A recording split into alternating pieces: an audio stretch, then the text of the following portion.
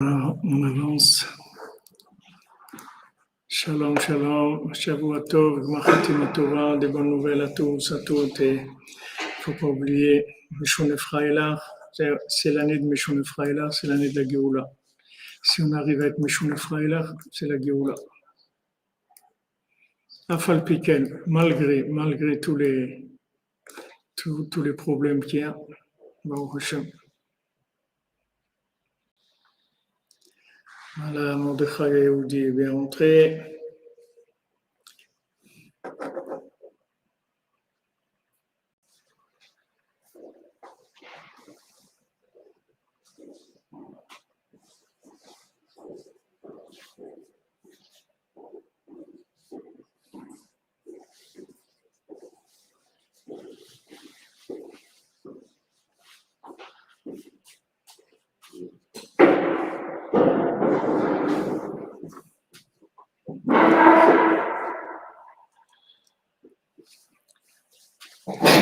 Voilà, la Yeshiva, Baruch Hashem, on tourne. Merci Mordechai, merci à toi aussi pour toute l'aide. Tous les gens qui étaient là, ils ont travaillé, participé. Baruch Hashem. Merci Gabriel. Ouais, on avance. Bezrat Hashem, on espère qu'on va terminer cette année. Voilà, Marie-Claire, si vous pouvez être en contact avec le bureau, parce qu'on doit envoyer des tuilines, tout ça à Abidjan, ils nous ont dit de passer par vous. Alors, si vous pouvez être en contact avec Madame Myriam ou Sarah pour voir où on les envoie. Si on les envoie en France et vous en occupez, vous dites ce qu'il faut faire. On a préparé des tefilines, mezouza, talit, ce qu'ils ont demandé. Excusez-moi, un peu de café.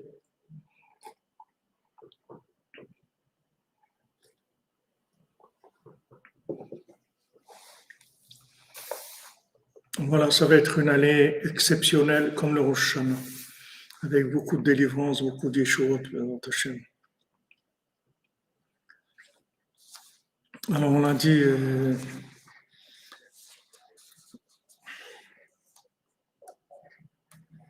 on était dans écoutez à la chôte de Rabbi Nathan, comment on retrouve la Emouna. Comment quelqu'un retrouve la Emouna? La Emouna, c'est quelque chose normalement de naturel, mais comme il y a tellement d'inversions et de lavage de cerveau, etc., comment on fait pour retrouver la Emouna quand on l'a perdu? Alors on parlait Emouna Nefula, c'est-à-dire quelqu'un qui a perdu la Emouna, en fait il n'a pas perdu vraiment, mais elle est cassée, c'est-à-dire qu'il a perdu la vitalité de la Emouna, il a perdu l'énergie mentale de la Emouna, c'est-à-dire il n'arrive plus à être en rapport, vivre sa Emouna.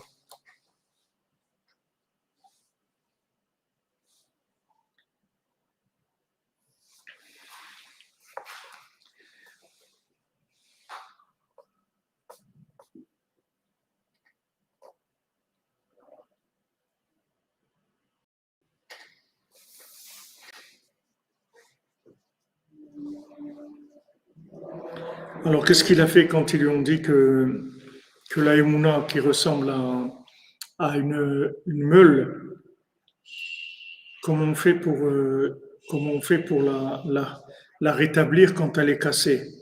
Alors, qu'est-ce qu'il a fait? Il a pris un morceau de pierre de la meule qui était cassée et il l'a mis devant eux. Ils lui ont dit, voilà, maintenant, tirez des fils de ces pierres-là pour les attacher. C'est-à-dire, il leur a dit, on prend un morceau de la meule qui est cassé, et on tire des fils, pour coudre la meule. Bien que maintenant, la emunat rachamim, elle a été cassée chez eux, c'est-à-dire qu'ils n'ont plus confiance dans les tzadikim. Notlim ezeetza midivrei elu hachachamim atzmam, shenishbera emunatam etzlu. On prend un conseil de ces sages eux-mêmes d'où la confiance a été de qui la confiance a été perdue. Kegon Lindor et Zeneder, par exemple, le conseil que Rabbi nous a donné de faire un neder, et grâce à ça, on va réparer la emuna. Et c'est ça qu'il a demandé. Maintenant, tirer des fils de la pierre pour les attacher. Rachid a dit Choutim. Rachid explique qu'est-ce que c'est Gardi Mina. C'est des fils qui sortent de la pierre de la meule. Ça, c'est l'emuna qui dépend de la bouche, comme c'est écrit Kechut Hashani Siftotair, comme les fils du Shani, tes lèvres. Le Shani, c'est le verre qui sert à tailler les pierres pour construire le temple. Alors, c'est comme Kechut Hashani, comme ce fil-là, tes lèvres. Prinat odiacha emunatra bepi, odia emunatra bepi, je vais faire connaître ta emuna avec ma bouche. Zeprinat tikvat chut hashani, qui emuna ikar tikva la netzach. Parce que la emuna, c'est elle qui est le principal de l'espoir pour l'éternité. Le prinat yesh tikva le achariter, il y a de l'espoir pour ta fin, c'est-à-dire pour ton futur. Qui est Mouna et Acharit Ayamim, parce que la Emouna, ça s'appelle la fin des temps, comme nos sages disent Rabbeinu l'a dit dans l'écouté Moran, dans la Torah 23, Ve'az yizke likalel be'orot hashlosha avot shem yisod shoresh emunat Israël, que maintenant il peut s'inclure dans la lumière des trois avot, Abraham, Yitzhak et Yaakov, qui sont la base et la racine de la Emunat Israël. Comme il écrit le fil qui est tressé avec trois fils, c'est très difficile qu'il se casse. C'est sûr que ce n'est pas rapidement qu'on peut se détacher et tomber de la Emouna. Qu'il soit force dans sa Emouna pour l'éternité. Donc Rabbi Yoshua ben Hanania, il aurait répondu. Il a dit, sachez que même si quelqu'un est tombé de la confiance dans les sages, que c'est le principal de l'Emouna. Le principal de l'Emouna, c'est de croire dans les tzadikim. Parce que c'est eux qui nous attirent la Emouna de façon parfaite, qu'on puisse avoir une confiance totale en Dieu. On a besoin d'un exemple humain, c'est-à-dire d'un vécu humain, que lui, il est le représentant de la Emouna dans Hachem.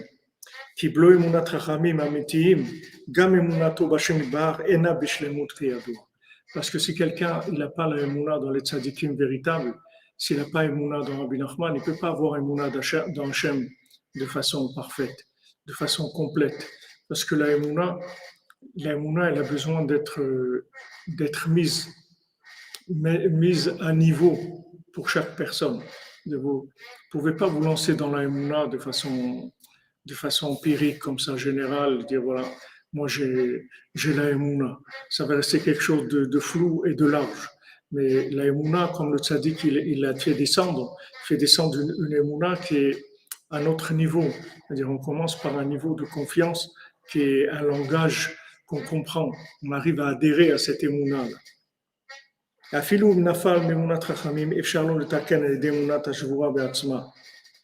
Maintenant, même si quelqu'un il est tombé des Emunat Chachamim, même si quelqu'un il a plus confiance dans les sages, il peut quand même arriver à raccommoder, à rafistoler ce qui lui reste. Mais puisqu'il reste en lui encore des points positifs de cette Emouna qui est cassée. C'est-à-dire,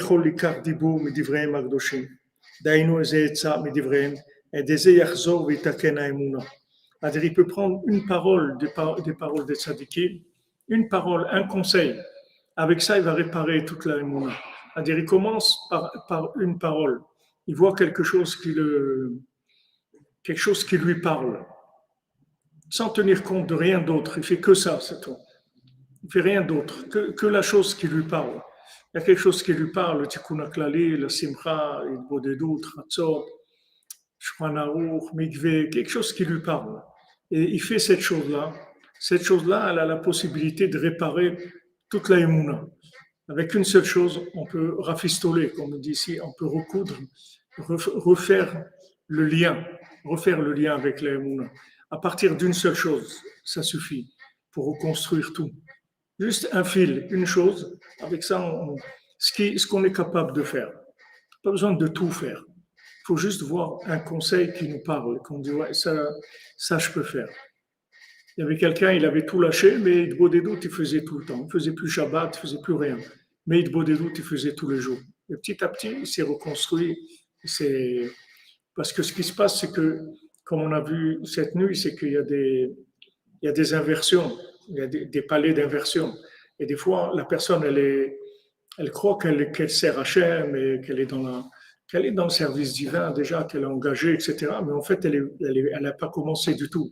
Parce que tout son engagement, il dépend de certaines choses, des fois de contextes sociaux, de communauté dans laquelle il vit, ou de contexte familial, de rapport. Et lui, il croit que, en fait, il a la Emouna, il est dans Avodat Hashem. Mais si tu lui enlèves c'est les choses qui le connectent, il tombe complètement, il lâche tout. Parce qu'en fait, c'est ça ses outils de connexion. La seule raison pourquoi il va à la synagogue, c'est parce qu'il a des amis, parce qu'il a des gens qui lui disent bonjour le matin, que c'est un peu comme s'il il allait au bistrot le matin et il voit des copains, il discute, il voit un petit coup. Tout. C'est la même chose, il vient, il fait la prière et tout, mais en fait tout ça, ça vient d'un contexte. Alors des fois dans la vie, tous ces supports-là, toutes ces béquilles-là qu'on a, des fois elles partent. Des fois il y a des événements qui font qu'on perd ça. Alors à ce moment-là, la personne, elle tombe. Donc quand elle tombe, elle croit elle a tout perdu, mais elle n'a rien perdu. En fait, elle n'a jamais commencé. Elle n'a rien perdu. Alors la même chose qui lui a permis de commencer une vie, euh, une vie de Emouna basée sur du social, ça va lui permettre, la même chose qui lui a permis de commencer là, il va pouvoir commencer à un niveau de vérité beaucoup plus avancé. Beaucoup plus avancé. Donc, en fait, il n'y a pas de. Rabbi Nathan, il dit que il n'y a aucune néphila. C'est-à-dire en fait, quelqu'un, il tombe pas du tout, c'est imaginaire. Mais il y a pas, ça n'existe pas tomber. C'est que, en fait, l'approche, elle n'était pas bonne, elle était inversée. Il est rentré par une inversion. De rentrer par le social, c'est une inversion. Parce que le servir Dieu, c'est pas le social. Le social, c'est un récipient, c'est tout. C'est des outils de fonctionnement. Mais c'est pas le social, c'est pas le but. On ne sert pas Dieu à travers le social. Le social, c'est un élément. On a besoin d'un minyan, on a besoin de faire partie d'une communauté, etc. Mais c'est pas ça la motivation principale. Le service d'Hachem, il est face à Hachem seul, pas par rapport au social. Alors des fois, les gens, ils se sont engagés, des fois par amitié, des fois même par amour pour quelqu'un et tout, ils ne voulaient pas lui faire de la peine et tout. Alors il s'est engagé avec la personne. Il s'est engagé avec la personne. Même il y a des gens qui viennent à Ouman, à Rosh Hashanah et tout, mais ils ne sont pas motivés. Ils viennent parce qu'il y a des copains, eux, qui viennent, ou de la famille, ou leurs parents. Mais si eux, ils s'écoutaient, ce n'est pas Ouman qui serait venu, ils auraient été ailleurs. Alors maintenant, ils commencent, ils rentrent. Après, il y a un développement, quand on crée un lien, il y a un développement structurel qui se fait. Et ces structures, elles portent la personne dans un certain service divin. Maintenant, à un moment, Hachem, il veut que la personne, elle avance. Donc, il lui enlève ses structures, la personne, elle tombe. Et quand elle tombe, maintenant, elle croit qu'elle est tombée. Mais elle n'est pas tombée. C'est juste, elle va monter plus haut, elle va aller vers plus de vérité, c'est tout. Elle va aller vers plus de vérité. Il y a des gens qui ils ont étudié toute la journée pendant des années parce que un jour, ils allaient être raves. On leur a dit qu'ils allaient être raves. Moi, j'ai des amis à moi qui sont, c'est pas, je ne peux pas dire que c'est vraiment des amis parce qu'ils sont plus âgés que moi, mais des gens avec qui j'ai des rapports très amicaux, très profonds et où je les ai trouvés dans leur vie brisés parce que ce sont des gens, quand ils ont commencé, ils ont fait tchouva et tout. C'est des gens qui avaient un poste social assez important, etc. On leur a dit, voilà, tu laisses tout ça, tu vas étudier toute la journée, tu vas voir, tu vas être un grand rave, tout ce que tu voulais réussir avec ton métier et tout, tu vas le réussir dans la Torah. Tu vas être un rave, tu vas être installé, tu vas être respecté, tu vas avoir une bonne parnassa, tout ça. Ok, ils sont entrés dans ce système, ils ont étudié pendant 20 ans, 25 ans. Mais au bout de 25 ans, il ne s'est rien passé. Ils sont restés comme ils étaient. Il n'y a pas eu de... Parce que devenir arabe, c'est-à-dire, c'est pas un métier qu'on peut apprendre. Il y a d'autres choses, d'autres éléments qui sont pas comme on dit Shabbat. Si vous faites la daf de Shabbat, le manger de Shabbat, vous le préparez dans la semaine, il n'aura jamais le goût du Shabbat. Parce que Shabbat, il y a une épice qui s'appelle Shabbat. Et si on ne le fait pas pour Shabbat, alors il n'y a pas ça. Donc c'est un autre goût, vous pouvez l'appeler comme vous voulez. Mais c'est pas le. Alors ça, c'est pareil, c'est-à-dire quelqu'un qui est un rave, c'est quelqu'un qui a une âme qui inclut beaucoup de gens. Il y a des raves qui sont des raves de 1000, il y a des raves de 10 000, de 100 000, d'un million, d'un milliard. Rave, ça veut dire beaucoup. Mais c'est pas un métier on peut devenir rabbin, mais pas rave. Rabbin, on peut devenir. Rabbin, c'est un métier. Il apprend comment on fait ça et ça et ça. Bon. Mais rave, on peut pas. Alors, il y a des gens qui pensaient que, voilà, ils allaient arriver au bout de 25, 30 ans même. Ils voient qu'ils sont arrivés à rien. Ils ont maintenant 55 ans. Qu'est-ce qu'ils vont pas commencer à 55 ans, reprendre leurs études qu'ils avaient à l'âge de 22 ans? C'est fini. Ils ont tout perdu. Alors, ils ont ni ça, ni ça. Alors, ils sont aigris. Ils sont brisés. Des gens qui sont cassés en eux. Mais, au Hachem, on remonte. Il faut les mains de la maman du bébé, Rachel Batvora. Bénédiction pour Zimra, Kadem, Badrachel, inclus dans le tzaddik et Sodolam. Amen. Voilà, comme vous dites, Célestin, les rabbins des bois. Ouais, il y a des rabbins des bois. Alors, la personne, elle a tout perdu. Socialement, elle n'a pas réussi. Spirituellement, elle n'a pas réussi. Elle n'a rien. Elle n'a plus rien. Donc maintenant, il faut dire à la personne qu'en fait, elle n'a rien perdu, comme la personne disait, il y a le Vaudor, c'est tout, elle appelle le Vaudor. Bon, ça y est, on a fini le Vaudor, mais on repart, c'est tout. Même Hachem, il a donné des deuxièmes tables après le Vaudor. Elle dit, OK, les premières, elles n'ont pas marché, venez, on va faire d'autres plus cool, plus accessibles. Donc, il faut juste aider la personne à se recycler. Mais en fait, tout ce qu'elle a étudié, tous les efforts qu'elle a fait, tout ça, ça va lui servir. Seulement, il faut juste recycler l'approche. Il faut changer le viseur, c'est-à-dire ce qui visait, il faut changer, il faut utiliser tout ça pour autre chose maintenant. Et si la personne elle arrive à se recycler, elle est sauvée, elle avance, il n'y a pas de problème. Mais ça ne sera pas la même vie que ce dont elle rêvait avant. C'est-à-dire celui qui se voyait déjà en haut de l'affiche, malheureusement, c'est Aznavour, il a essayé mais d'aider des gens, mais c'est tout. Alors, si vous voulez, c'est ça la Emouna Nefoula. C'est que la personne, elle s'est fixé un objectif et elle croyait elle s'est engagée parce qu'elle pensait que c'était ça la réussite. Elle pensait que c'était ça, que si elle fait ça, alors ça va marcher. Et en fin de compte, ça ne marche pas. Alors maintenant, qu'est-ce qu'on fait? Voilà, la personne, elle est cassée, elle a perdu confiance en elle, elle a perdu confiance dans la société, elle a perdu confiance en tous les gens qui l'ont mal conseillé, parce qu'en fait, ils l'ont mal conseillé. Si c'était des gens qui savaient conseiller, ils n'ont jamais dit de faire ça. Moi, quand j'ai demandé à Breslev, à Yitzhak Bender, que j'étudie à la yeshiva et tout, il m'a dit, tu arrêtes d'étudier tout de suite, tout de suite, tout de suite, immédiatement. Tu arrêtes, tu vas travailler 7-8 heures par jour. Arrête tout de suite. Si j'avais pas eu confiance en lui, j'aurais dit, mais comment, voilà, j'étudie 14, 17 heures par jour. Voilà, tous mes copains aujourd'hui, c'est tous des gens qui ont des postes élevés dans des communautés en Israël, en France, partout. Si j'avais pas écouté, qu'est-ce que j'aurais été? J'aurais été un clown. Et même le clown, il faut arriver à faire. C'est pas tout le monde qui arrive à faire le clown. Il y a un moment, il y a des problèmes de déguisement. Les chaussures, elles commencent à être un peu abîmées, il y a des larmes qui coulent au lieu que ce soit des larmes de joie, etc. Même de faire le clown, c'est pas évident. Donc, Baruch Hashem, qu'il y avait des chachamim, des gens qui voyaient clair, des gens qui ont un date, c'est-à-dire qui voient la personne, ils la voient arriver, ils voient comment elle est, et ils voient qu'il n'est pas du tout capable de s'engager dans ça. Donc il dit arrête, arrête tout de suite, arrête tout de suite, va travailler, c'est tout. Ouais, mais j'ai pas dit mais, j'ai rien dit, j'ai dit d'accord. Et à côté, tout ce qu'on pouvait étudier, on étudiait, c'est tout. Mais ça a pas gêné, parce que à part 7-8 heures de travail, il reste encore, il y a les 3-8, comme dit le Rambam, vous avez encore 16 heures par jour, où vous pouvez faire 8 heures d'études et de prière et 8 heures pour dormir, manger, faire ce que vous avez à faire.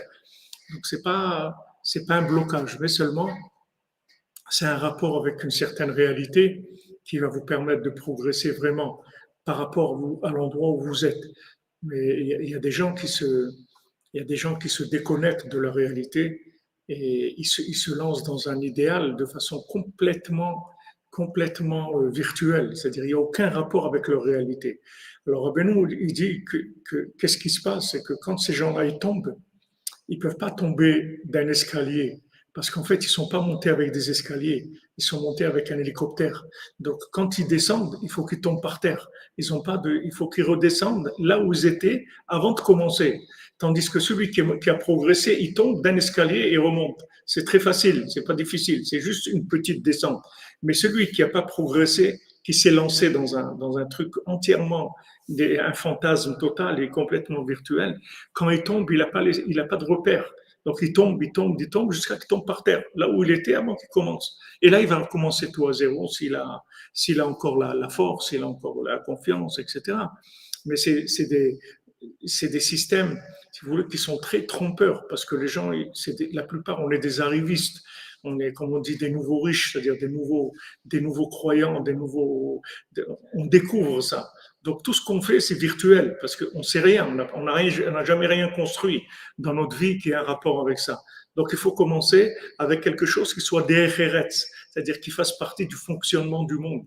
Il faut commencer par le travail, la famille, les enfants, la propreté, l'honnêteté. Voilà les valeurs qu'il faut développer. Une fois que vous avez développé ces valeurs-là, à côté, vous pouvez commencer à développer la spiritualité. Mais il faut que cette base-là, elle soit solide. Parce que si vous développez de la spiritualité, cette base ne tient pas, il n'y a rien qui marche. Ni le mariage il marche, ni l'éducation, il n'y a rien qui marche. Il n'y a pas de parnassa, il n'y a rien, il y a rien du tout. Les gens, ils sont perdus complètement. Parce que ils pensaient, voilà, mais c'est écrit, voilà, c'est écrit. Celui qui étudie la Torah, on lui donne tout. C'est vrai que c'est écrit, mais ça ne te concerne pas à toi. C'est vrai, c'est écrit. Tu vas chez un médecin, il a un bouquin comme ça de médicaments. Tu ne vas pas ouvrir une page et dire, mais c'est écrit que voilà, c'est lui qui prend ça, il va guérir. Guérir de quoi? Qu'est-ce que tu as comme maladie? D'abord, on voit qu'est-ce que tu as. Et après, on va commencer à parler du remède qu'il te faut. Alors, les gens, ils voient des choses écrites et ils font copier-coller dans leur vie. Ça. Et en fait, après, c'est un homme de collage. Si vous voyez, il n'a que des étiquettes sur lui. Mais lui, il n'a aucun rapport avec ça. Mais ça, c'est pas Avodat Hashem, c'est pas que ça qu'Hachem il veut nous amener. Hachem il veut qu'on fasse tchouva be'emet. Be'emet, ça veut dire comme tu es, ce que tu ressens, ce que tu vis, ta façon de voir les choses. Et petit à petit, tu vas évoluer, mais par rapport à une base qui est vraie. Mais si tu te lances dans du spirituel de façon complètement virtuelle, mais tu n'as aucun repère. Après, c'est tout de la clonerie, tout. Le mariage, c'est de la clonerie. Les enfants, c'est la parnassa, la communauté, tout devient de la clonerie. C'est horrible. Après, c'est une vie horrible. Donc, au début, la personne, elle est motivée, c'est Hollywood, des trucs. Quand ça va pas trop bien, on fait du maquillage. Il y a des spécialistes du maquillage. On fait du maquillage. La personne, elle a l'air d'être jeune, même si elle a déjà 45, 50. On arrive à rattraper et tout, mais à un moment où, boum, ça y est. Les rides prennent le dessus. Qu'est-ce qu'on va faire?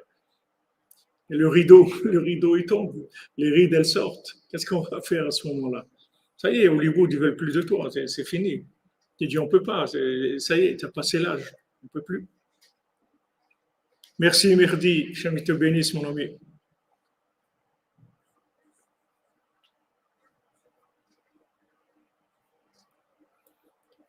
Donc ça, Rabbeinu, il a beaucoup mis en garde sur ça. Rabbeinu l'a mis beaucoup en garde parce que Rabbeinu il dit voilà, il y a une très grande lumière qui va venir dans le monde pour être en opposition, pour pouvoir gérer l'hérésie qui va venir, le déluge d'hérésie. Il va y avoir une très grande lumière que Hachem il a envoyée à travers Rabbeinu dans le monde. Très, très grande lumière. Donc les gens ils vont être très attirés par cette lumière. Alors cette lumière, il faut l'utiliser, mais il faut savoir comment la gérer. S'ils avaient bien géré la lumière en sortant d'Égypte, ils n'auraient pas eu tous les problèmes qu'ils ont eu. Le problème, c'est qu'ils n'ont pas su gérer cette lumière. Ils ont cru que c'était leur vie. Ils sont sortis d'Égypte, ils ont fait ça, etc. Alors que, en fait, ils ont vu une très grande lumière qui leur a enlevé le libre arbitre. Et ils n'avaient aucun choix. Ils étaient obligés de suivre cette lumière parce qu'elle était trop grande. Hachem, il est obligé de faire ça. Sinon, l'hérésie qu'il y a dans le monde, elle nous noie complètement. Donc, Hachem, il envoie une lumière. Cette lumière, elle nous attire. On y va. Mais il faut pas. C'est vrai que cette lumière, elle est extraordinaire, elle est merveilleuse. Seulement, il faut toujours savoir qu'elle n'est pas à nous. Nous, on est ce qu'on est. Cette lumière-là, c'est quelque chose qu'on nous donne le temps qu'on en a besoin. Si on en a besoin 20 ans, 30 ans, 40 ans, tout le temps qu'on en a besoin. Mais nous, il faut qu'on soit nous-mêmes. C'est pas parce qu'on a cette lumière qu'on est quelqu'un d'autre. Cette lumière-là, c'est un cadeau véhiculaire, c'est tout. C'est pour qu'on puisse avancer et ne pas se faire attraper par toutes les folies qu'il y a dans le monde, par toute la politique et la littérature et les fausses croyances et toutes les bêtises qu'il y a dans le monde. C'est tellement puissant que Hachem est obligé d'envoyer des lumières qui soient très fortes. Donc on adhère à ces lumières, on y va, on n'a même pas le choix. Ça nous attire, ça nous plaît, c'est extraordinaire. Il faut rester soi-même à côté. Ça n'a rien changé à ce que je suis. Juste, j'ai vu de la lumière, ça m'a donné envie d'y aller, c'est tout. Mais moi, je suis moi, c'est tout. Maintenant, je commence à travailler avec mes outils, comme je suis, c'est tout. Un peu, une demi-heure par jour, une heure, je développe mon truc doucement, doucement, c'est tout. Mais il faut que j'avance avec tout Derech Eretz. Derech Eretz Kadma la Torah. Le Derech Eretz, il vient avant la Torah. Avant la Torah, il y a le comportement de fonctionnement du monde. Il y a beaucoup, la Torah, il y a beaucoup de Derech Eretz. Rabbeinu, il parle beaucoup du Derech Eretz. Rabbeinu voulait qu'on soit propre et habillé correctement, qu'on mange proprement, qu'on ait une maison propre, qu'on parle proprement. Il y a des gens moi, que je connais, j'ai des amis à moi, ils sont Breslev depuis 35 ans et ils disent des mots rien qu'on entend ce mot-là, quelqu'un qui est dans la Torah, qui s'est un peu purifié, ça fait trembler. Ils disent des mots sales dans leur bouche. Ils n'ont pas nettoyé leur bouche. 35 ans, quelqu'un, il est dans la Torah, il n'a pas nettoyé sa bouche encore. Il peut dire des mots comme ça. Ma mère allait à Shalom, à la maison, il n'y avait jamais des mots grossiers. Alors une fois, je suis venu, j'avais entendu à l'école, mais je ne savais pas ce que c'était. Comme Raphaël à la Shalom, il disait des fois des mots grossiers, mais il ne savait pas ce que ça voulait dire. Parce qu'il travaillait dans les camps, il était dans les camps de travail. Alors il apprenait le français, il ne savait pas ce que. Alors il y avait des mots comme ça, des fois il avait des mots d'argot, des trucs. Alors moi je suis rentré de l'école et j'ai dit un mot comme ça qui était un mot grossier. Amen, Navlox. Gardons toujours courage tous ensemble pour diffuser la lumière du tzaddik dans ce monde. Amen, amen. Merci, Hachem te bénisse, mon ami. Et donc, je suis rentré et j'ai dit ce mot-là. Bien sûr, c'était un mot à la maison, on ne disait pas des mots comme ça.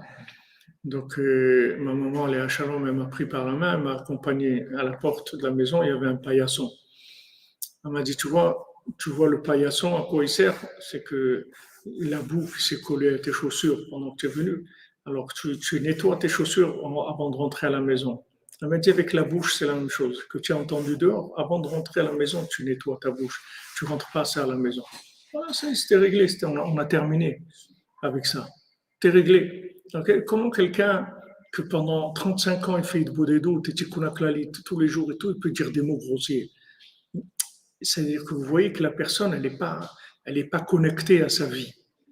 Parce que c'est impossible. C'est-à-dire, c'est impossible que dans la bouche, il puisse sortir des mots comme ça. C'est des mots c'est impossible. Ça arrache tout. C'est-à-dire, c'est insupportable, c'est horrible. Même d'entendre de quelqu'un, ça fait mal. Mais nous, de dire ça, ça veut dire que c'est juste un signe qui montre que la personne, elle est pas, elle est pas en rapport, c'est-à-dire, elle n'est pas en connexion avec ce qu'elle vit.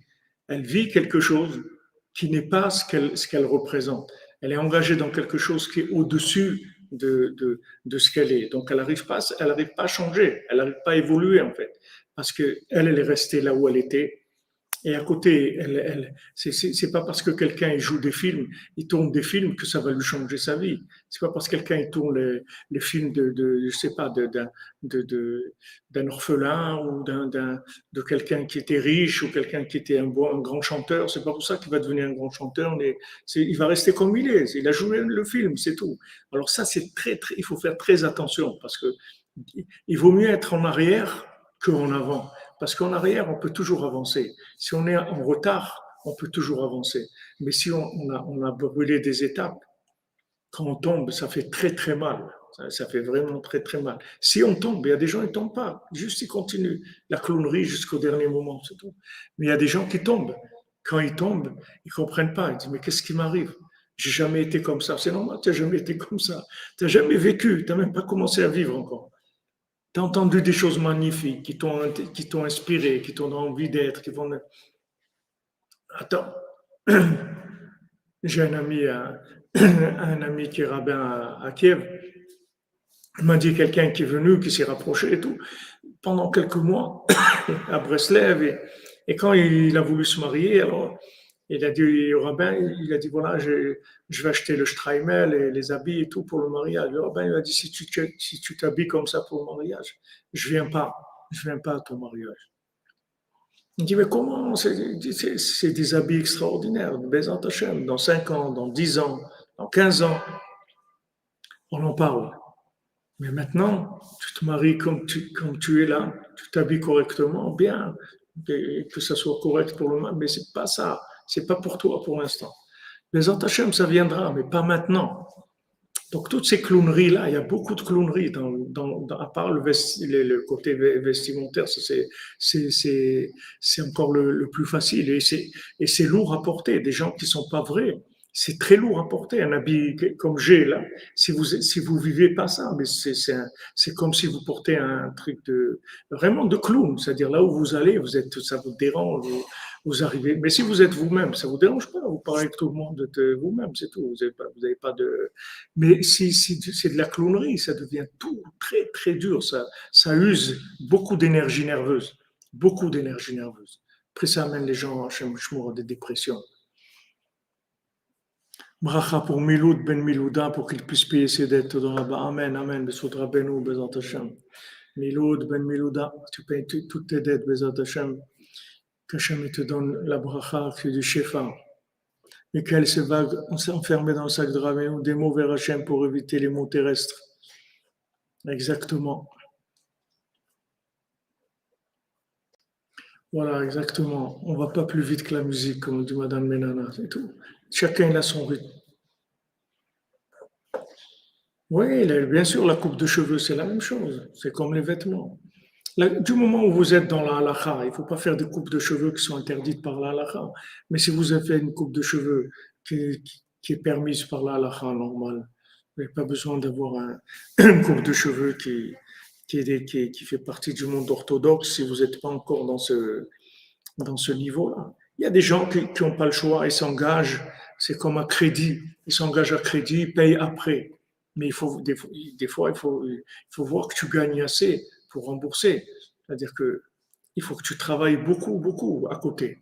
C'est-à-dire que même si tu t'es engagé dans quelque chose qui te dépasse complètement et tu dis, bon, après, je vais faire la formation adéquate et je vais avancer vraiment. Pour l'instant, je fais la clownerie et après, je vais avancer vraiment, je vais devenir. Mais il faut avoir des moyens. C'est-à-dire qu'il faut vraiment travailler beaucoup, beaucoup, beaucoup parce que ça coûte cher. Il y a des crédits, il y a des gens qui clashent, ils n'arrivent pas à rembourser le crédit. Si tu gagnes 1000 euros par mois, tu ne peux pas emprunter 3 millions d'euros. Tu ne vas jamais pouvoir les rembourser. Donc maintenant, il faut faire attention que même si tu démarres par un système éducatif genre clownerie, c'est-à-dire que tu dis, OK, bon, je vais faire semblant et après, petit à petit, je vais m'engager vraiment. Il faut que tu vois que tu arrives à travailler, que tu aies un engagement qui soit proportionnel à ce que tu as pris comme clownerie, parce que sinon, c'est une catastrophe après. Bahav, pour trouver le conjoint Amiti. Eric Zenou, Amen, Bezat Hashem, Bissout Rabbeinu, Bissout Arushana de Rabbeinu, tu trouves son zivour, Chatrana Gadol.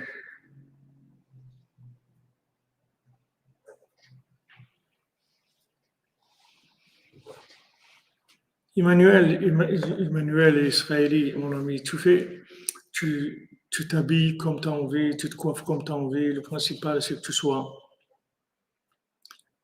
en rapport avec la halakha, c'est tout. La halakha, c'est la volonté d'Hachem. Le reste, après, c'est chacun, il a son. Pour un, ça s'appelle Avodat Hashem, pour l'autre, ça s'appelle juste du cinéma. Ça dépend où il se trouve. Alors maintenant, quelqu'un qui est tombé de la Emouna, il a essayé quelque chose et il voit que ça ne marche pas. Comment il va faire? Alors il cherche un conseil, que ce conseil-là, il est à son niveau. Que ça, oui, il est vrai avec cette chose-là. Ça, il peut vraiment le faire avec plaisir.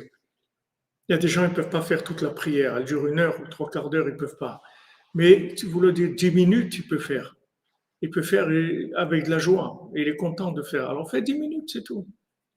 Fais 10 minutes, tu fais le schéma, après tu ajoutes un peu, au bout d'un certain temps, tu fais la Hamida. Doucement, tu vas doucement. Rabbeinu, il a dit, c'est les derniers mots que Rabbeinu, il a dit. Rabbeinu, voilà, il est décédé ici, à 500 mètres d'ici. Rabbeinu, il a dit, pas voler, doucement, doucement. Rabbeinu, il a dit. Pourquoi il a dit doucement, doucement? Parce que la lumière qu'il envoie, elle est très, très forte. Donc, il ne faut pas du tout s'imaginer qu'on est au niveau de cette lumière, qu'elle nous appartient. C'est une lumière de marketing, c'est une lumière d'attraction, c'est une lumière publicitaire pour nous appâter, pour nous donner envie de nous engager. Mais il ne faut pas oublier qu'on est ce qu'on est, c'est tout. On avance à notre vitesse. Et Hachem, il est très content de nous, il nous aime beaucoup avec le petit peu qu'on fait. Et Hachem, il préfère quelqu'un qui fait un petit peu qu'un acteur de cinéma qui fait des grandes choses. Mais si c'est un acteur de cinéma, il ne fait rien avancer du tout. Hachem, il ne t'a pas pris pour que tu deviennes acteur de cinéma. Hachem, il sait qui tu es. Il sait très bien qui tu es. Il n'a aucun problème avec ça. Donc, s'il t'a rapproché, il t'a pris comme tu es, ok, tu vas progresser, doucement, doucement, doucement, il a dit Rabbeinu. Parce que justement, il y a beaucoup de lumière et elle est indispensable. Si on n'a pas cette lumière, on ne peut pas. C'est-à-dire le système, il y a trop d'obscurité. Il y a besoin de beaucoup, beaucoup de lumière. Mais la façon de la gérer, il faut faire attention. Faire attention parce qu'après, ça donne des vies complètement fracassées. Il y en a beaucoup, ils sont mariés, ils ont eu des enfants, et tout. Après, ils ont tout lâché, tout, ils sont partis vers d'autres choses parce que c'était pas eux-mêmes. Pas eux-mêmes. Quelqu'un il m'a dit ici, marié, il a une petite fille et tout, au bout de 2 ou 3 ans, il a divorcé, il a dit, je ne savais pas que c'était ça le mariage, je ne croyais pas, je ne peux pas continuer.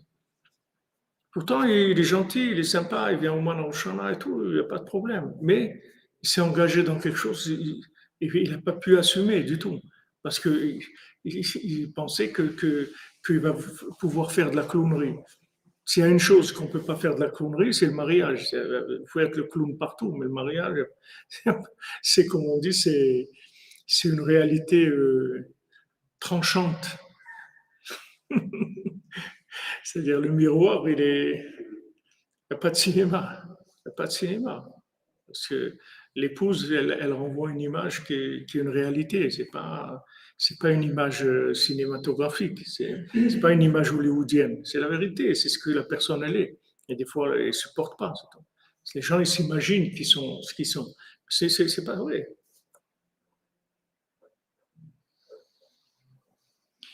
Esther, vous demandez comment savoir vraiment sa place, son niveau. Je vous l'ai dit plusieurs fois, c'est la simcha. C'est la simcha. Il faut servir Hachem dans la joie. Il faut être joyeux. Il faut être bien dans sa peau. Dans ce qu'on fait, il faut se sentir bien.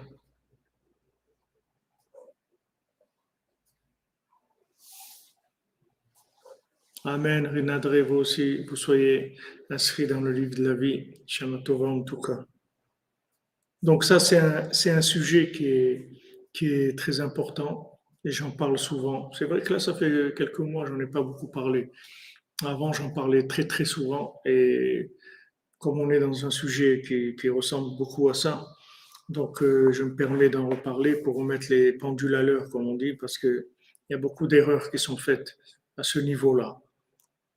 Et les gens après s'étonnent que ça marche pas. C'est pas que ça marche pas. C'est pas que ça marche pas. Comme quelqu'un qui a des roues là, pour équilibrer le vélo. Il va avec des stabilisateurs là, pour le vélo. Et un jour, on lui enlève les stabilisateurs, il tombe. Alors il dit, ah là là, je ne sais plus faire du vélo. Mais tu sais pas faire du vélo, tu n'as jamais fait du vélo dans ta vie. Tu vas commencer maintenant. Avant, tu n'as jamais fait. C'est normal que tu tombes. Tu n'as jamais fait. C'était pas un vrai vélo que tu avais. Tu avais quatre roues dans ton vélo. Un vélo, il n'a pas quatre roues. Un vélo, il n'a que deux roues. Alors maintenant que tu es que sur deux roues, l'équilibre, il n'est pas. C'est très simple. C'est comme ça la vie. C'est-à-dire, on doit viser un niveau toujours au-dessus, mais un niveau où on arrive comme les alpinistes, c'est-à-dire qu'il monte, mais il assure toujours les pieds là où il est. Il monte pas, il lâche pas, il s'accroche pas à un truc que si ça marche pas, il part parce que le pauvre il va tomber. Il lance toujours une corde ou un truc pour accrocher, mais il assure toujours l'endroit où il est. Et par rapport à l'endroit où il est, alors il va grimper. Et si maintenant il n'a pas un endroit solide, il ne grimpe pas, c'est tout. Il essaye de solidifier l'endroit où il est. Mais il ne peut pas se lancer si l'endroit déjà où il a ses pieds, il n'est pas solide. D'abord, il solidifie l'endroit. Après, il monte. Alors, on a le droit de se lancer, d'avancer. C'est même un devoir. On doit avancer. Mais on doit avancer toujours par rapport à notre taille, c'est-à-dire nos capacités de remboursement. On a des capacités de remboursement. C'est-à-dire on fait des efforts pour développer, pour avancer. Il faut toujours que l'endroit qu'on ait visé, il soit en fonction des efforts qu'on peut faire pour arriver à cet endroit-là. Une fois qu'on est arrivé à cet endroit-là, après, on fait des efforts pour arriver à un autre endroit. Mais on ne peut pas aller dans un endroit qui est complètement virtuel, qui est complètement en dehors de tout ce qu'on a comme outil, comme structure, comme midot, comme comportement, comme trait de caractère. On ne peut pas. Ça ne va rien donner, ça donne des clashs.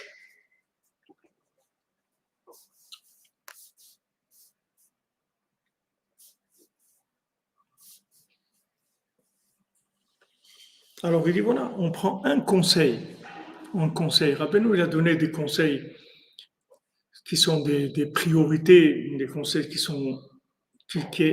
Rabbeinu, il a donné l'aide des doutes, il a dit ça c'est pour tout le monde. Tout le monde. C'est-à-dire, il faut que tu commences avec ça. Ça, c'est, t'es obligé, c'est le SMIC. Il y a pas, ça, tu dois faire tous les jours. Alors, il y a des gens qui disent, ouais, bon, j'ai pas fait de beaux études, j'ai pas le temps et tout. C'est-à-dire, tu n'as pas le temps. Qu'est-ce que tu fais d'autre? Tu peux rien faire. Si tu fais pas ça, tu ne fais rien. Commence avec ça. Je connais des gens qui font même la prière le matin, ils font pas tant qu'ils n'ont pas fait de beaux études. D'abord, ils font une beaux études, après, ils font la prière le matin. Mais il faut faire une beaux études. Ça, c'est une obligation tous les jours. Il y a mitzvah gdola liot besimcha tamid. Voilà, il faut essayer de besimcha tamid. Tous les jours, il faut être besimcha. On a donné les 5 conseils qui donne Rabban Ben Nachman pour être besimcha. Notre ami Gabriel, il les a écrits en français. Voilà. Premièrement, pour être besimcha, mila de shtuta. Meshone Freiler, blague, rigolade, faire le fou. Ça, c'est numéro 1. Il faut commencer avec ça. Deuxièmement, danser et bouger le corps.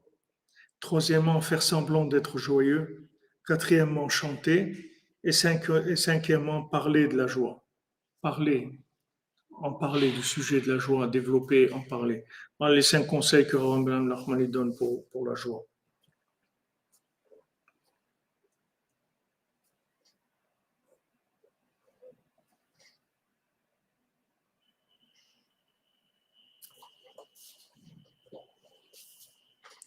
Voilà, vous voyez, comme vous dites, Madame Menana, tellement bien que la joie, c'est l'indice révélateur de la réussite. Exactement. C'est l'indice révélateur que vous êtes au niveau. Comme si un régulateur de courant, un truc. Ici, on a installé pour un régulateur de phase. C'est-à-dire que toutes les chaudières, tout ça, elles ne peuvent pas prendre du courant brut. Si elles reçoivent juste un tout petite différence dans le courant, elle s'arrête tout de suite. Il y a des ordinateurs qui protègent. Donc, vous êtes obligé d'installer un régulateur, quelque chose qui amène le courant toujours au stable. Donc, on est obligé d'avoir ça. Sinon on ne peut pas avancer. Il faut avoir les conseils qui sont les conseils principaux. Une fois qu'on a fait ces conseils principaux, après on peut avancer. Il faut avancer doucement. Avancer doucement parce que quand on avance vite, les conséquences, elles sont catastrophiques. Mais quand on avance doucement, même si on est un peu à la traîne, c'est pas grave.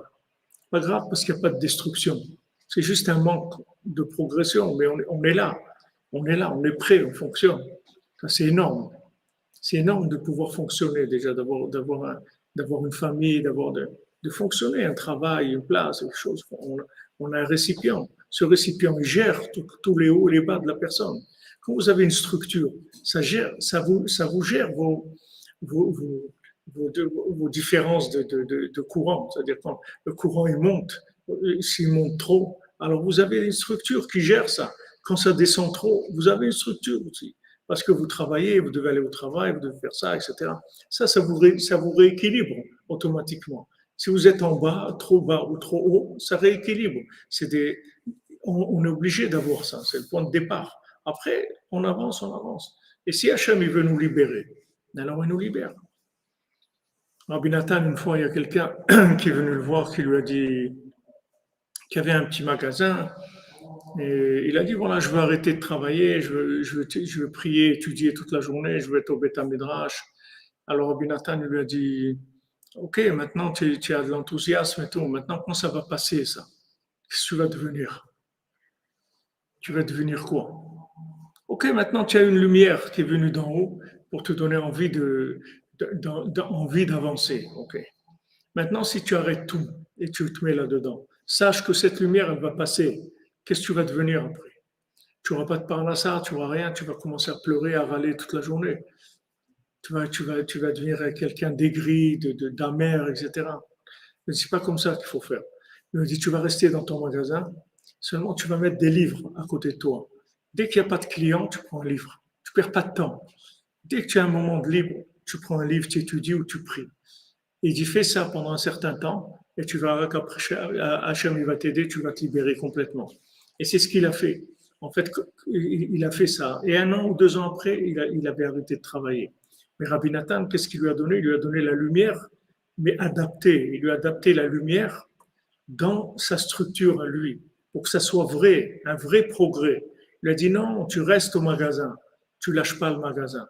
Ah, tu veux prier, étudier, tu as des moments de libre. Alors déjà, remplis tous tes moments de libre.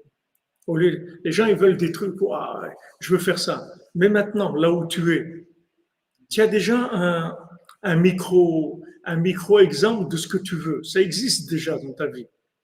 Ce que tu veux, le but que tu t'es fixé, il existe déjà dans ta vie. Seulement, c'est un niveau très réduit. Alors commence avec ça. Puisque maintenant, mais les gens, non, ils veulent pas. Ils veulent le Hollywood, ils veulent pas le truc. Mais prends déjà, commence là où tu es. Dans ton travail, par exemple, entre midi et 2 heures, tu as 1 heure de pause pour manger. Ok, tu n'as pas besoin d'1 heure pour manger. Tu peux manger en un quart d'heure. Et après, 3 quarts d'heure, tu fais des psaumes, tu étudies, Voilà, dès que tu as du temps libre, tu le remplis. Et ça, tu vas montrer à Hachem que tu es vrai. C'est pas Hollywood. Tu es vrai parce que tu travailles dans ta structure. Là où tu te trouves, tu travailles. Tu veux pas t'extrapoler. Parce que quand tu t'extrapoles, il y a beaucoup de doutes sur la véracité et l'honnêteté de la démarche. Peut-être que la personne, elle est en train de chercher à fuir quelque chose. Combien de gens, ils sont engagés dans Breslev très fort et tout, mais en fait, c'est des gens qui fuyaient quelque chose. Il y avait quelque chose dans la vie qu'ils voulaient fuir. Donc, ils ont trouvé ça, c'est comme on dit, l'occasion fait le larron. Allez, tac, ils ont pris cette tangente-là. Mais ça ne marche pas après. Ça ne marche pas. Hachem, il veut que tu te rapproches de lui, mais émette. Pas de la folie, pas de cinéma. Donc, ce que tu veux, tous les buts que tu veux atteindre dans ta vie, ils sont déjà présents dans ta vie aujourd'hui, mais en modèle réduit, c'est tout. Alors vas-y, commence avec ça. Commence 1 quart d'heure, 1 demi-heure, 1 heure, 2 heures. Là, chacun, il sait. Il y a des gens dans leur travail, ils ont beaucoup de temps de libre. Aujourd'hui, le travail, c'est pas le travail à la chaîne où les gens, même les gens qui travaillent à la chaîne, ils ont beaucoup de moments de repos. Mais aujourd'hui, le travail, il y a toujours des possibilités. Des fois, quelqu'un, il va faire, il va faire une course pour son travail, il doit aller quelque part et tout. Alors, il a des cours, il met un cours il écoute un cours dans sa voiture. Quand il est arrêté à un endroit, il prend un livre. Il montre que c'est ça qu'il veut. Les gens ils disent non, si j'ai pas tout, alors ça m'intéresse pas. Et ça, c'est faux. Ça, c'est Esav. Esav, il raisonne comme ça. Parce que Esav, Béhémet, il veut rien faire du tout. Donc, c'est un perfectionniste. Le perfectionniste, il n'y a pas un signe du mensonge comme le perfectionnisme. Il n'y a pas plus. Parce que pourquoi tu veux être perfectionniste? Tu peux déjà le faire, fais-le. Pourquoi tu vas attendre d'être perfectionniste? Non, non, moi je veux le truc. Ok, mais commence. Commence. Commence un quart d'heure, une demi-heure, une heure, vas-y, commence. Et après, tu vas avancer.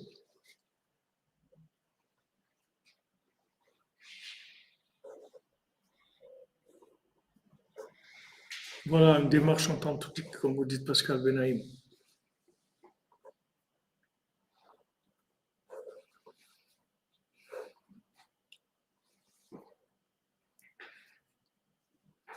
Même Abraham Avinu, même Abraham Avinu, Sarah, elle était en colère contre lui parce que quand il a prié pour avoir des enfants, il n'a pas dit donne-nous des enfants. Il a dit Hachem, donne-moi des enfants. Alors après, quand il a eu Ishmaël avec Agar, alors Sarah, elle était en colère contre lui. Alors il lui a dit, mais pourquoi tu es en colère contre moi? C'est toi-même qui m'as dit de prendre Agar comme femme et d'avoir un enfant avec elle. Pourquoi tu es en colère? Il me dit, voilà pourquoi je suis en colère. Parce que tu étais lancé dans ton truc. Tu dis, je veux avoir des enfants. Tu dis pas, je veux avoir. Hachem, donne-moi des enfants. Donne-nous des enfants. Tu aurais dit nous, alors ça aurait été autre chose complètement. C'est pour ça qu'elle était en colère. C'est pour ça qu'elle a employé le mot Hamas. Hamasi. Elle a dit Hamasi alecha. Parce que le mot Hamas, dans le mot Hamas, c'est le vol, le Hamas. Elle dit Hamasi alecha, c'est-à-dire qu'en fait, tu m'as volé. Tu m'as volé parce que tu as prié sans m'inclure dans ta prière. Mais on est ensemble. On est ensemble, on est un couple. Tu vas pas avoir c'est pas toi qui vas avoir un enfant tout seul. C'est notre but à tous les deux. Pourquoi quand tu pries, tu dis je veux avoir ça? Pourquoi tu dis pas qu'on ait un enfant? Pourquoi tu dis donne-moi un enfant? Parce que je vais rester stérile et tout. Pourquoi tu m'inclus pas dans ta prière? C'est ça la colère de Sarah.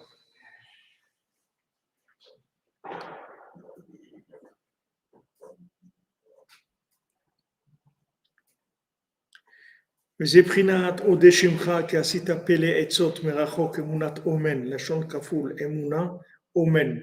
Donc je vais remercier ton nom parce que tu as fait des choses fantastiques avec moi.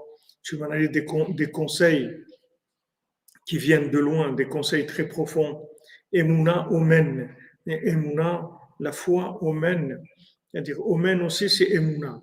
Omen c'est quelqu'un qui c'est comme un tuteur, un éducateur.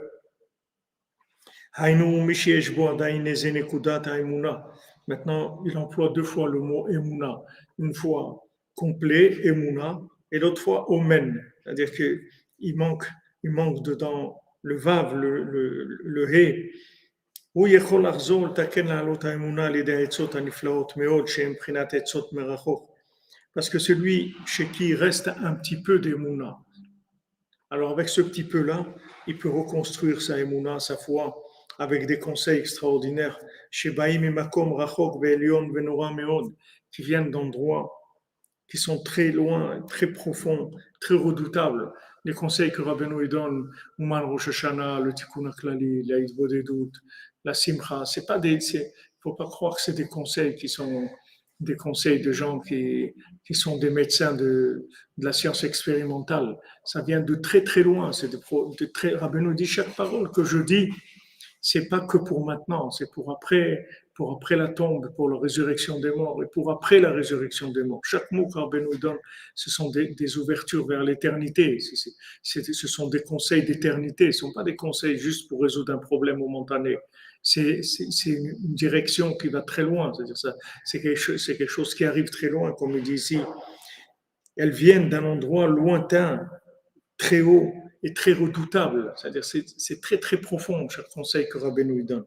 Prinat memechak tavilachma, comme c'est écrit pour la femme vertueuse qu'elle amène son pain de loin.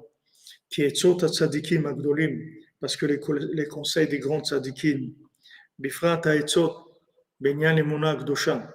Alors quand il dit Rabbi Nathan etzot tzadikim agdolim, Rabbi Nathan il dit le conseil des grands tzadikim, parce que à cause de la censure, tous les problèmes qu'il avait, il ne pouvait pas dire explicitement les conseils de Rabbi Nachman. Des fois, il dit, mais il ne pouvait pas, il était obligé aussi de faire un peu de généralité pour se protéger.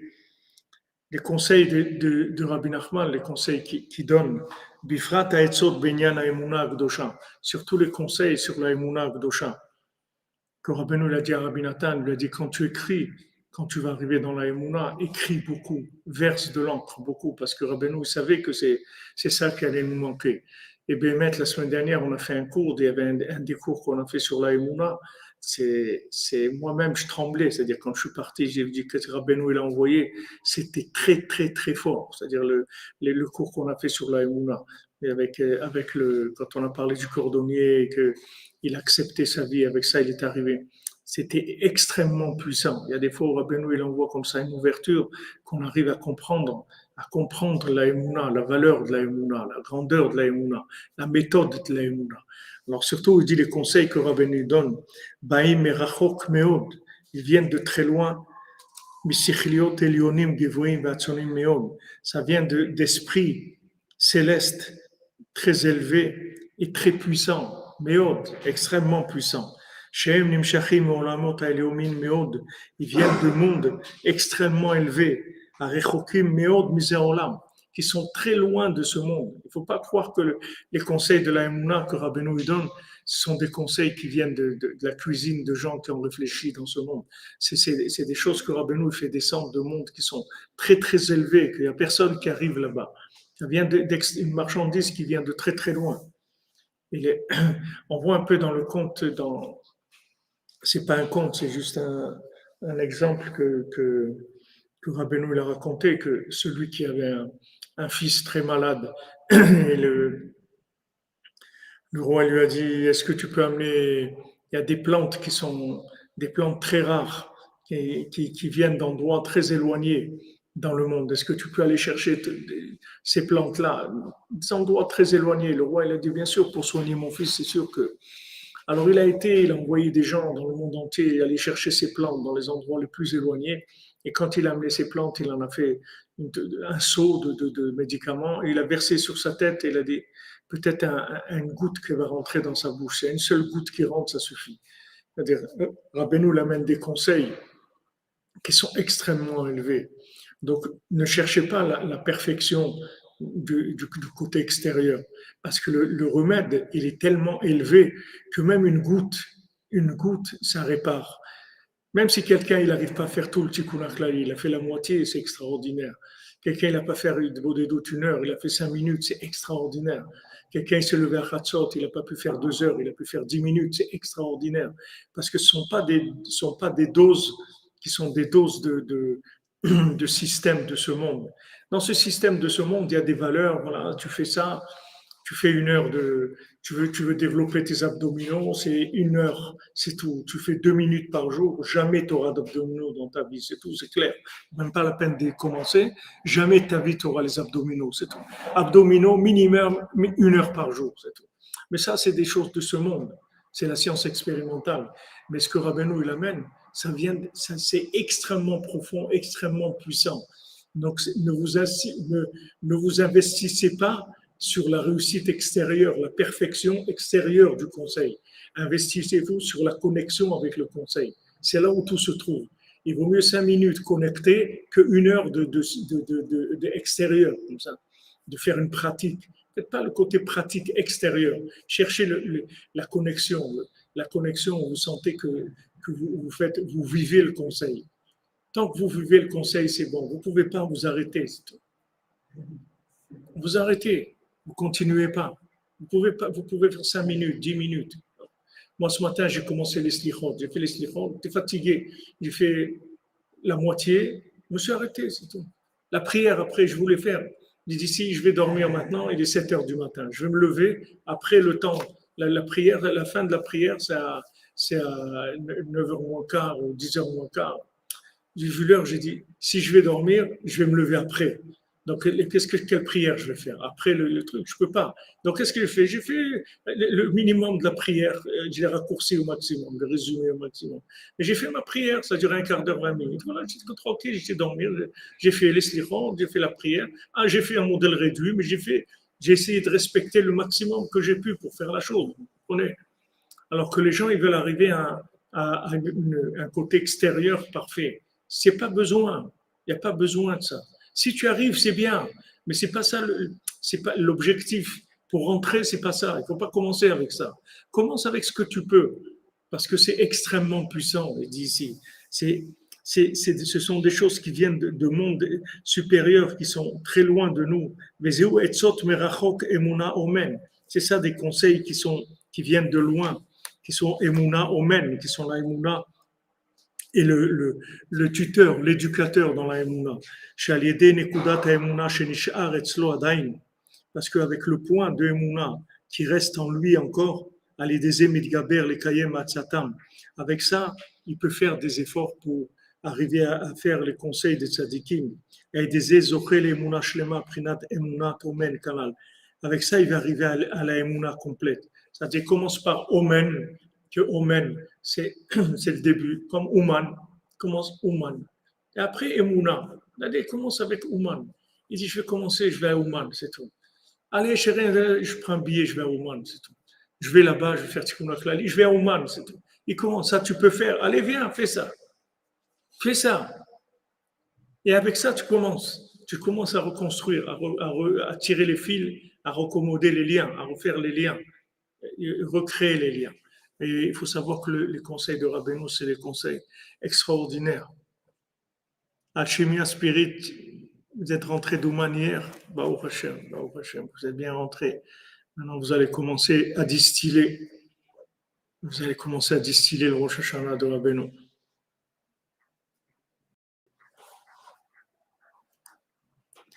Voilà les amis, bonne journée. Machatima Tova, toujours dans la joie. On continue, on se retrouve cette nuit, Bezat Hashem, à 4 heures pour Sipur Masiot. Quel cours de la semaine dernière, Mishka, je ne peux pas vous dire parce que malheureusement, je me rappelle pas mais d'après ce que je pense, c'est jeudi après-midi, le cours de jeudi après-midi la semaine dernière, si je me rappelle bien. Bonne journée les amis, que des bonnes nouvelles, continuez dans la joie, ayez confiance en vous, ayez confiance dans les tzaddik, ayez confiance dans Hachem, que ça marche, vous avez réussi déjà.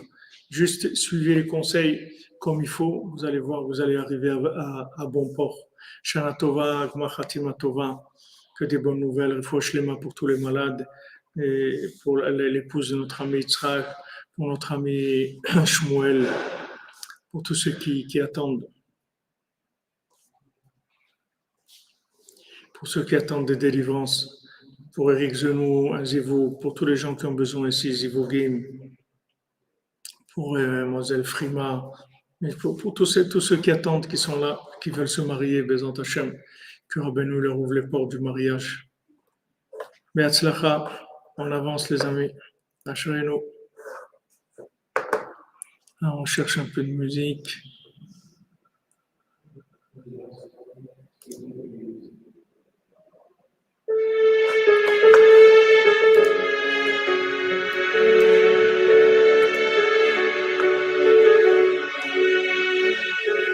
Cher Ben David, Christian Legault, Bezrat Hashem, Bezrat Hashem, Bezrat Hashem, Hashem nous donne le souhait. Amen. Amen.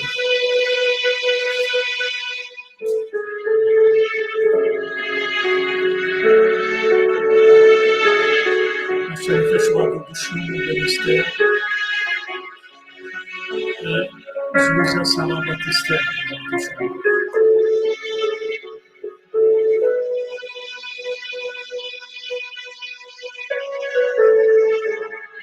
Ah, vous êtes frimard, parce que la musique que vous entendez, elle vient du micro. Elle vient du micro. C'est-à-dire que la musique que vous entendez, c'est de la musique que je fais passer dans le haut-parleur de l'ordinateur et que le micro vous retransmet. Parce que le programme que j'utilise, il y a pas de son dedans. C'est-à-dire, il y a pas de possibilité de faire passer le son.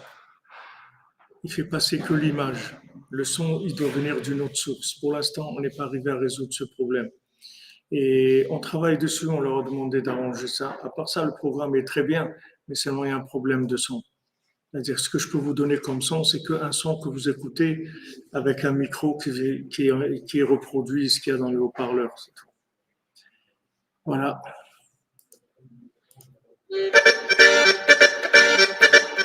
Je permis de changer.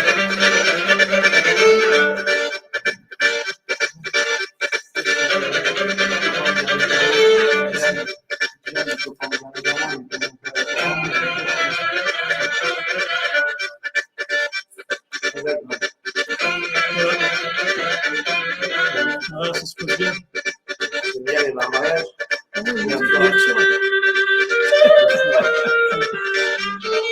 On va aller C'est une vidéo. pas tellement de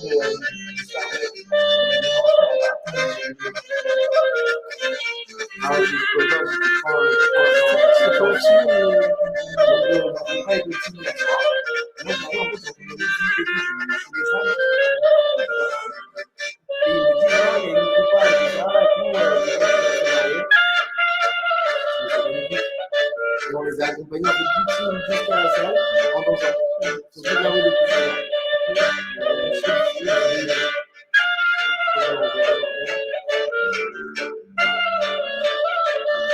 Amen, amen. Shidduchim, Gazel, Shema, Bezrat Hashem. Merci beaucoup. C'est qui vous êtes là? Ah, c'est bon. Ah, c'est la préparation. C'est où ça? Quelle salle? C'est marrant, c'est une salle où il n'y a pas de meubles. On est vraiment rentré j'ai même pas regardé quand les début de la conversation de ça. Tout le monde venait et Comment tu sais? Je sais aussi. Ouais, je vois le fait. C'est un bâtiment de vie comme ça. je C'est bien fait bien, sais. j'ai Le hôtel. Je sais. c'est bien. Vraiment, il est trop de signes. On est resté jusqu'à la police, c'est une discussion.